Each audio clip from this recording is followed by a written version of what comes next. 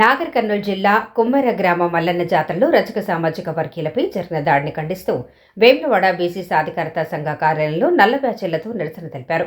ఈ ఘటనలో 2 నెలల పాప మృతి చెందడంపై సంతాపం ప్రకటించి బాధ్యులపై కఠిన చర్యలు తీసుకోవాలని, నష్టపోయిన రజక కుటుంబాన్ని ప్రభుత్వం ఆదుకోవాలని డిమాండ్ చేశారు.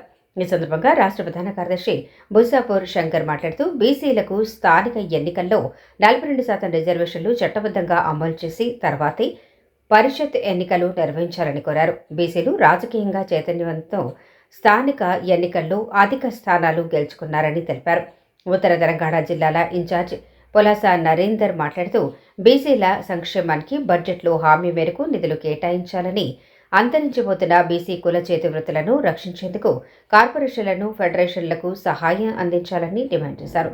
సమావేశంలో జిల్లా బీసీ నేతలు కడారి రాములు, మారం కుమార్, తూపుకారి సత్తయ్య, ఇల్లందుల వెంకటేష్, లింగంపల్లి మల్లారం, దేవయ్య, మాజీ కౌన్సిలర్లు సిరిగిరి రామచంద్రం, కొండ కనకయ్య, ఉయ్యాల భూమయ్య, కడార్ల రాములు, పిన్నింటి హనుమాన్లు, బిళ్ళ కృష్ణ, కనపర్తి సుధాకర్, తూమ్ రాజు తదితరులు పాల్గొన్నారు. 18వ తారీఖు నాడు నాగర్ కర్నూలు జిల్లాలో కుమ్మెర మల్లన్న స్వామి జాతరలో రజక సామాజిక వర్గానికి సంబంధించినటువంటి దంపతులు వారి 2 నెలల పాపతోని దర్శనానికి వెళ్ళినప్పుడు అక్కడున్న అగ్రవర్ణాలు శ్రీనివాస్ రెడ్డి కానీ, సతీష్ రెడ్డి కానీ, అక్కడున్న సర్పంచ్ కానీ, ఒక అగ్రవర్ణాలకు సంబంధించిన వ్యక్తులు మీరు ఈ టెంపుల్లో దర్శనం చేయడానికి వీల్లేదు, మీరు ఏదైతే టోకెన్ తీసుకొని వస్తేనే, టికెట్ తీసుకొని వస్తేనే ఇస్తాం, లేకపోతే లేదంటే వాళ్ళ టికెట్ కూడా తీసుకురావడానికి వెళ్తున్న సందర్భంలో మీకెందుకు మీకు ఈ ఆలయానికి ప్రవేశం లేదని చెప్పేసి దురుసుగా వ్యవహరించి వారి చేతిలో ఉన్న పాప 2 నెలల పాపను ఆ తోపులాటలో కిందికి విసిరేసి కర్కశంగా కాలితో తన్ని ఆ యొక్క 2 నెలల పసిపాప మృతికి కారకులైన వారిని కఠినంగా శిక్షించాలా, పబ్లిక్గానే వారిని ఉరి శిక్ష విధించాలా, లేకపోతే గతంలో సజ్జనార్ గారు ఏ విధంగా అయితే రేప్ కేసులు చేసిన వాళ్ళని ఏ విధంగా అయితే రోడ్డు మీద ఎన్కౌంటర్ చేసిండ్రో ఆ విధంగా ఎన్కౌంటర్ చేయాలని కూడా బీసీ సాధికారిత సంఘం తరఫున డిమాండ్ చేస్తూ ఉన్నాము. మీరు అగ్రవర్ణాలు ఏ ఒక్క పార్టీ వాడు కూడా ఎందుకు పోయి మాట్లాడలేదు? ఇవాళ నీ జిల్లాలో అయింది కదా రేవంత్ రెడ్డి, నీకు సోయి లేదా? ఇప్పటికైనా నీకు చిత్తశుద్ధి ఉంటే ఆ యొక్క అగ్రవర్ణాల్ని వాళ్ళను వెంటనే శిక్షించాలా, వారికి ఉరి శిక్ష వేయాలా. ఏదైతే చిన్నారి పాప చనిపోయిందో ఆమెకు 5 కోట్ల రూపాయలు ఎక్స్గ్రేషియా ఇచ్చి వాళ్ళ కుటుంబంలో ఒక ప్రభుత్వ ఉద్యోగం ఇవ్వాలని చెప్పి బీసీ సాధికారిత సంఘం వేములవాడ శాఖ తరఫున డిమాండ్ చేస్తూ ఇప్పటికైనా అగ్రవర్ణాలు కళ్ళు తెరవాలా. మన చిన్న చితక కులాలు కూడా సోయి తెచ్చుకొని అగ్రవర్ణాల ఎంబటి కాకుండా మన కొరకు పోరాటం చేసే మన నాయకులకు సపోర్ట్ చేయాల్సిందిగా కోరుతూ మాకు ఈ అవకాశం ఇచ్చిన పెద్దలకు ధన్యవాదాలు చెప్తూ జై బీసీ. వేములవాడలో బీసీ సంఘం ఆధ్వర్యంలో ఈరోజు రజాకుల కుటుంబానికి జరిగిన అన్యాయం మీద ఇలా నిరసన కార్యక్రమం ఇలా ఒక 2 నిమిషాలు మౌనం పాటించడం జరిగింది. ప్రధానంగా దేశంలో ప్రజల హక్కులు కాపాడేటటువంటి బాధ్యతలో ఉన్నటువంటి మంత్రులు కానీ, ఎమ్మెల్యేలు కానీ, ఎంపీలు కానీ ఇలా అన్యాయం జరిగిన చోట వాళ్లకు ఎలాంటి మద్దతు తెలుపుకోవడం ఇది చాలా బాధాకరం. ఇలా కుటుంబాన్ని కూడా ఇలా ఆ బీసీ సంఘం నాయకులు చెప్పినట్టు ఎక్స్ప్రెషన్ ఇచ్చి ఆ కుటుంబానికి కూడా నౌకరించి ఆ రజాక కులాన్ని ఆదుకోవాల్సిన అవసరం ఉందని కూడా ఈ రాష్ట్ర ప్రభుత్వాన్ని మేము కోరుతా ఉన్నాం. ఇలా చూస్తే దేశంలో ఇలా అన్వర్గ కులాలను ఎంత అణిసివేసినా కూడా వారి మీద ఎలాంటి చర్యలు తీసుకోకపోవడం ఇది బాధాకరం. దీన్ని వెంటనే ఆ ఒక్క నిందితుడిని శిక్షించాలని కూడా మేము కోరుతా ఉన్నాం. నాగర్ కర్నూలు జిల్లా కుమ్మెర గ్రామంలో మల్లన్న జాతరకు సామాజిక వర్గీయులు రజక కుటుంబం దర్శనానికి వెళ్ళిన సందర్భంలో అక్కడి సర్పంచ్ తుకారాం రెడ్డితో సహా వారి అనుచరులు రజక కుటుంబాన్ని అడ్డుకొని డబ్బులు చెల్లిస్తేనే దైవ దర్శనం ఉంటుంది, దేవాలయ ప్రవేశం ఉంటుందని అడ్డగించి వాళ్ళ మీద దౌర్జన్యం చేసి మృగాలలాగా క్రూరంగా ప్రవర్తించి చిత్రహింసలు పెట్టి చివరికి 2 నెలల పాప మృతికి కారకులైనారు. మరి సంఘటన జరిగి దాదాపు వారం రోజులు కావస్తున్నప్పటికీ మరి ఒక పసిపాప ఆ సంఘటనలో మరణించినప్పటికీ ఆ సంఘటనకు కారకులైన వాళ్ళను, బాధ్యులైన వాళ్ళను నేటి వరకు అరెస్టు చేయకపోవడం బాధాకరమని సందర్భంగా తెలియజేస్తున్నాం.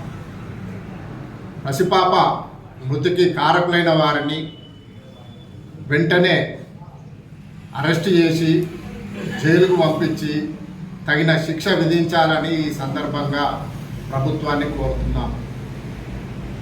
అట్టడుగు వర్గాలు, బడుగు బలైన వర్గాలు, దారిద్ర్య రేఖకు దిగనున్న వర్గాలకు చెందిన మరి ఏ కులాలైనా వారిపై చిన్నచూపు చూడడం తగదు.